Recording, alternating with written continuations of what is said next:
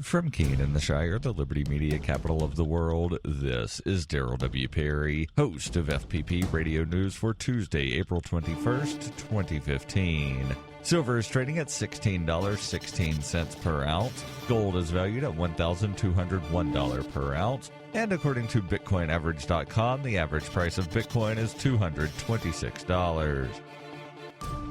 Antiwar.com reports at least 46 people are dead and several hundred others wounded after Saudi warplanes launched attacks on the outskirts of a missile depot in the Yemeni capital city of Sana'a yesterday. No military casualties were reported in the strike, which set off a string of explosions around residential neighborhoods in Sana'a. Many of the casualties were from explosions blowing out windows in people's homes. Saudi officials defended the huge civilian death toll, insisting the fact that their airstrikes on a known missile depot had caused explosions at all proved the Houthis had been storing their own small arms in the area. Saudi military spokesman Brigadier General Ahmed Asseri went on to say that yesterday's strikes were part of a new phase of a war against the Houthis, one which he insisted would include protection of civilians. So far, the phase seems not to be off to a great start.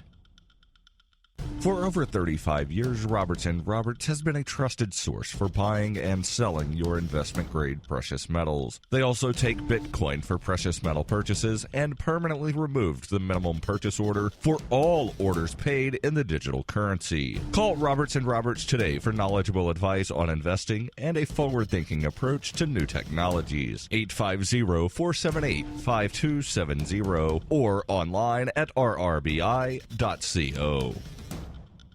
UPI reports a commercial chicken facility in Iowa is euthanizing 5.3 million hens after bird flu was detected. The U.S. Department of Agriculture's Animal and Plant Health Inspection Service laboratories in Ames, Iowa, conducted tests on the animals after the Osceola County facility experienced an uptick in deaths among its flock. The chickens tested positive for H5N2 avian influenza, which is considered high pathogenic in birds. The U.S. Centers for Disease Control and Prevention says it is rare for humans to contract the class of influenza in which H5N2 falls. Though no human infection of the virus has ever been recorded, the recent uptick in U.S. cases in chickens and turkeys could lead to a human infection. The Iowa Department of Agriculture said all hens at the Iowa facility were quarantined and were scheduled to be euthanized, adding people should avoid contact with sick/dead poultry or wildlife. If contact occurs, wash your hands with soap and water and change clothing before having any contact with healthy domestic poultry and birds. In March, the same strain of avian flu was responsible for killing 15,000 turkeys in Minnesota and sickening 40,000 turkeys in Arkansas. In Survivor Max by Davi Barker, 11-year-old Max must survive the zombie apocalypse alone in New Hampshire. Slow-moving and non-thinking, the lame brains swarm his home searching for living flesh. Max must apply his Porcupine Freedom Scouts training to plan his escape, but first he must prove that he's too smart to die. Look for Survivor Max on Facebook and Amazon, or read Chapter 1 free at survivormax.com.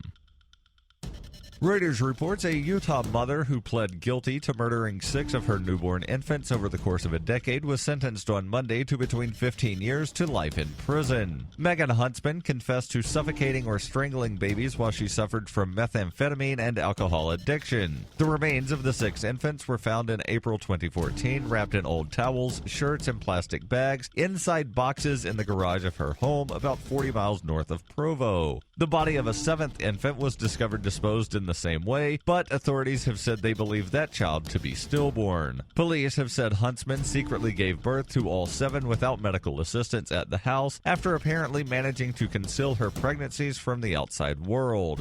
The case of serial infanticide came to light when Huntsman's estranged husband, Darren West, later confirmed by DNA tests to have fathered all of the victims, stumbled on one of the tiny bodies while cleaning out the garage and notified authorities. Neither West nor any of Huntsman's 3 surviving daughters, aged 14, 18, and 20, at the time of her arrest was considered a suspect. At least one of the 3, the youngest, was born during the period of time in which her sibling infants were slain. Huntsman was not eligible for the death penalty because the murders, which took place between 1996 and 2006, predate changes in the law that would have made the offense a capital crime in Utah. This has been FPP Radio News, online at fppradio.com.